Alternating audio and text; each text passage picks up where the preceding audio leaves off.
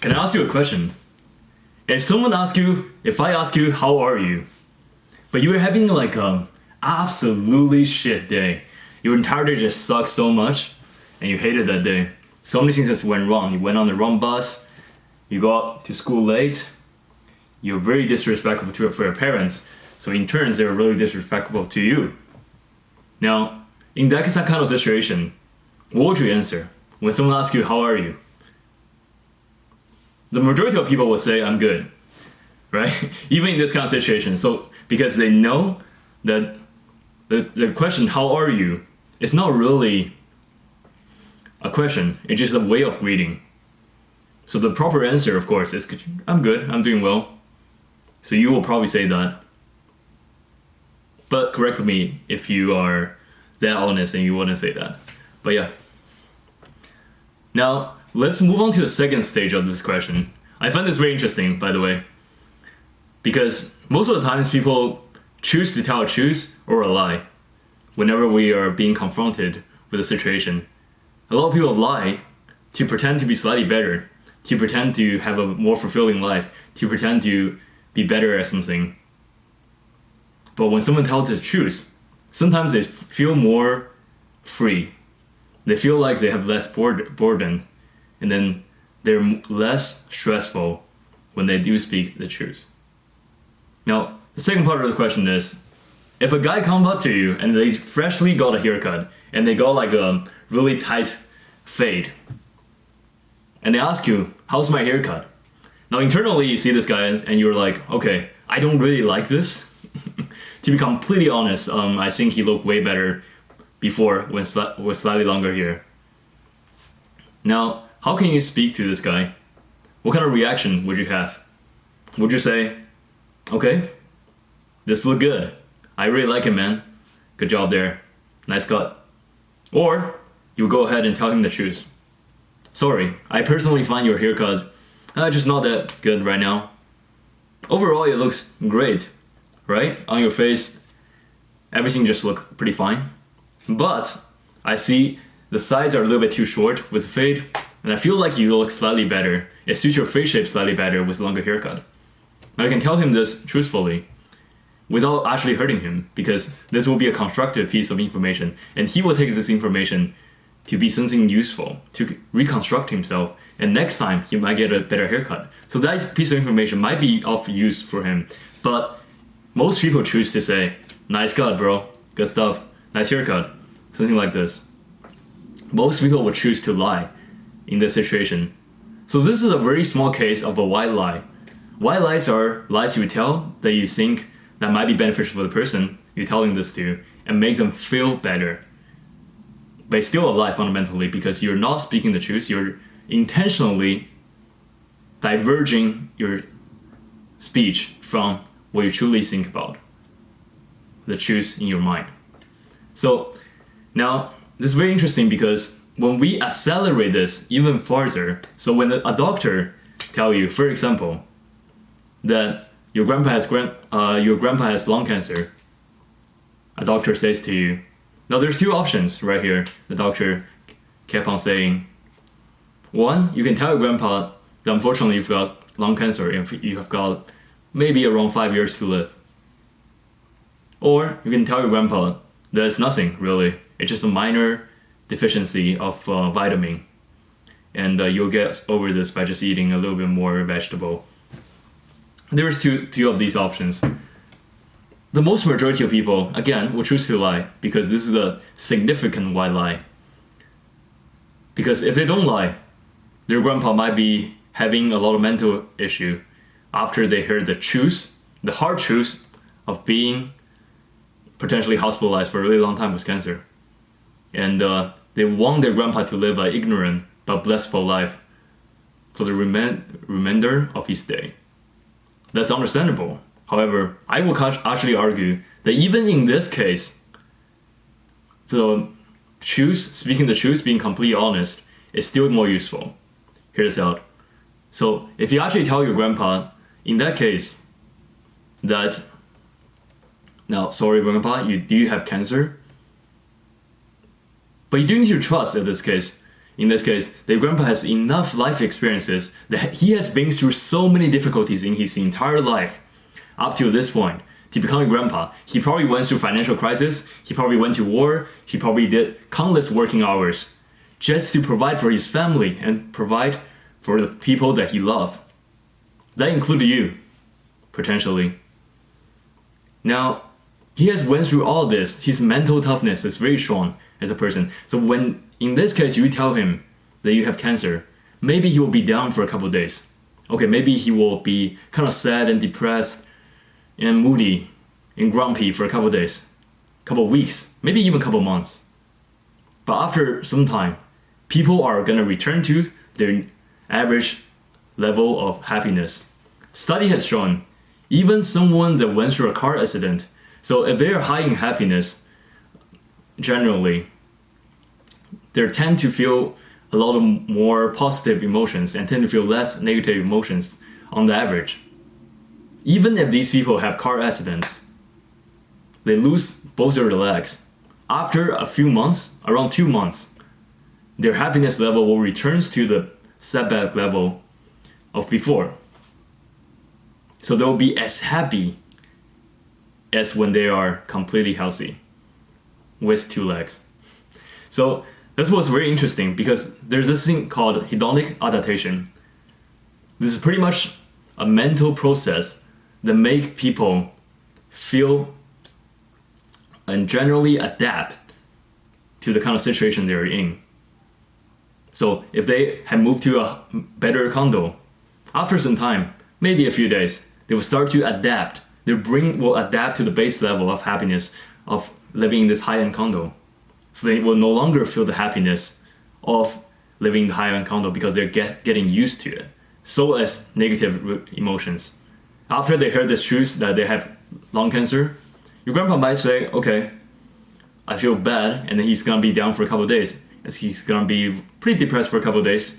But after some times, he will get back to his initial level of happiness. And now he's equipped his life with the information that he only have 4 years to live, maybe 5 years, right?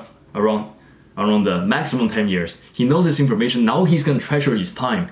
Now he's gonna actually use his time to do something more productive, to make more out of his life. That's the power of always speaking the truth. When you're speaking the truth, not only are you benefiting the people you're speaking the truth to, you're also benefiting yourself and your relationship with that person. Think about this for a moment. Whenever you speak to someone deceitfully, whenever you tell a lie, you are breaking a contract of honesty. So now the average person lies around 70 times per day, which means pretty much, some will say, like, I saw a study that shows college students specifically, or young adults or younger people, lie so much more than older people. They lie around 1/3 of every sentence they speak. Now that's how horrible the situation is and how common it is for humans to lie. I will argue that lying in general is just bad, and people should avoid lying at all costs. Here's why. Now, whenever you're telling a lie to someone you truly care about, for example, your girlfriend, your friend, your parents, you tell your parents, I got 100% on my essay, but truthfully, you only got 94. Now, 94 is a pretty high mark, right? You're already proud of getting 94, truthfully, in your own heart. But in order to make your parents even a little bit happier, like that, just a touch happier, you tell them that you got 100% on this said essay. Okay. Now, this may make your life just so slightly smoother, but when you get caught for telling the lie, which generally will happen, it's not something that completely wouldn't happen. A lot of people catch other people for telling lies. When this happens, you break the trust to your parents. So next time, when you're telling them exactly the truth, that you got the essay mark for 94%, they were still gonna distrust you because you have already told a lie. Then based on that fact, it's really hard to believe that you will always tell the truth afterwards. But you are telling the truth. So once you lie, you break you're breaking the contract of truthfulness between the person you're communicating with. Now, when you really, really, truly care about that person, when you truly love that person, that's gonna go and hurt you both. Even during like really brief confrontations and brief interactions, when you lie to the other person and the other person realize you're lying, and they fact check, they realize you're lying, it's gonna come back and hurt you. The second point, when you lie, you're putting more mental stress on yourself. Whenever we're speaking the truth, we're not actually considering too much at a time. But when we are lying, we're trying to plan, okay, I lied about this. Next time I need to tell the same lie. Next time I need to tell the same lie. And next time I need to tell the same lie. So there's so many lies I now need to tell from just one lie. Now at the beginning, that's a very small lie that you just want to, maybe even it's a white lie. It's not very important. Now it spreads out to so many different things that you now need to lie about, right? So it put more mental stress on you whenever you lie, because you need to keep doing fact check, make sure your lie don't get caught, and make sure you're speaking precisely the same lie every time, just so you don't get caught. But when you're telling the truth, it's so simple. You just retrieve the memory from our storage in your brain through our cognitive system and then spit it out. Okay, that's the truth. It doesn't cost me any effort to speak this truth because the information the memory has already been stored in our brain, the truthful memories. So we can just use this memory anytime. So we don't need to really lie. And whenever you forget about something, you just tell them truthfully, I forgot. I'm sorry, I forgot. And also, sometimes, they'll get a little bit hurt when you say you forgot about maybe their birthday, maybe what program they goes to, what program they does in university, or what score did they get in this exam. Now, maybe they will get hurt a little bit, but the fact that you're telling them the truth, the fact that you're telling them, I truthfully forgot, this makes them realize, okay, maybe this is a very genuine person. Maybe there's someone we can be friends with. So you are signaling to the other person you're telling the truth whenever you show vulnerability, and maybe you show that you're sorry that you did something wrong. They will realize that at least you're truthful. So they will probably accept you. And after some time, I think it's just so important to note that during personal connections and personal relationships, telling the truth is almost the number one important thing. Being truthful to your partner and to everyone around you is so incredibly powerful as a tool and as a way to live. Because not a lot of people are doing this. The majority of people, if you're watching this video right now, you and the people around you are telling lies constantly. Sometimes without even noticing it, because the lies are so light, just a little bit light, lie here and there. You don't think it's gonna hurt anyone, right?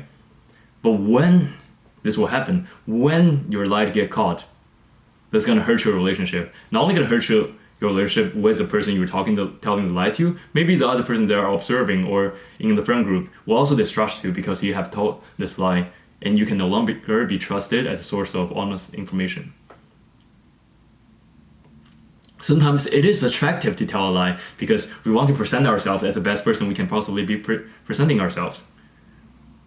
But at the same time, we're losing the truthfulness, the genuine nature of our existence, and we're holding back when we're communicating with others. And whenever we're holding so much back, the conversation will not be genuine and the connection will not be there.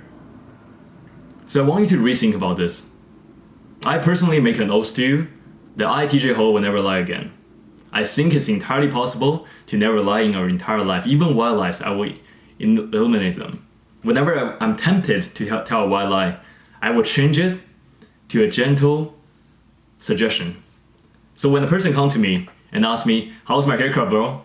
I'm not gonna say nice haircut, bro, if I really don't like that haircut. I'm gonna tell him, unfortunately, in my personal humble opinion, that the sides can be a little bit longer and you look better, your face shape will look better with slightly longer hair, right? I can tell them this piece of information, and over time it's gonna help them to construct themselves into a better person, to help them improve themselves. Every time you're telling a lie, every time you're telling a disgenuine compliment, you are misguiding the person you're telling this fake information to. And at the same time, you hurt yourself because you lied. And your brain is the easiest to fool. You can fool your brain so easily to make it believe a lot of things. So when you lie, you also lie to yourself. Now, would you like to get lied to by your friends? Just think about the other person, okay? If your partner, intimate partner, or a close friend, or your parents lie to you, and then you found out they were lying, maybe they don't mean harm to you. A lot of cases, they don't actually mean any harm to you, but the trust has been broken. You cannot go back to the same way that you trusted them before. That's the scary part of telling lies. Because once the trust has been broken, it's very hard to fix it. That's why I suggest people to be completely honest. I personally will be completely honest when telling you anything. I will not hold back. I will not hide information from you. I will tell you genuinely and exactly what it is. I will show you my vulnerability. I will show you my weakness, my flaws, and my mistakes. And I hope you can help me become a better person. And I hope you can understand me and where I'm coming from. Fundamentally, I consider myself a genuinely good person. That's why whenever I'm telling people honest truths,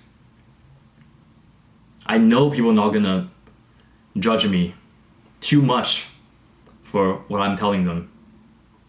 So for me, and probably for you too, telling the truth all the time will form deeper connection to the people around you, and it'll make you a person that's socially desirable and lovable and likable at the same time. So next time when you're telling people anything, or when you're just communicating with people, when you're just hanging around, try to tell as many truths as possible. See if this helps you. See if this makes you feel better, make you feel more liberated from the everyday reality of the world.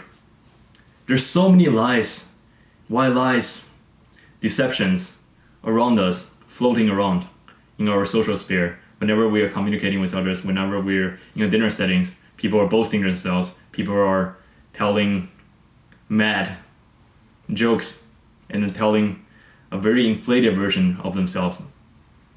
You can be truthful, you can be honest, and maybe you can stand out. Alright, thank you so much. Tell the truth all the time. Do not hurt the people that you truly care about, because whenever you lie, you might end up hurting the relationship you truly care about. Alright, see you in the next video. Thanks so much.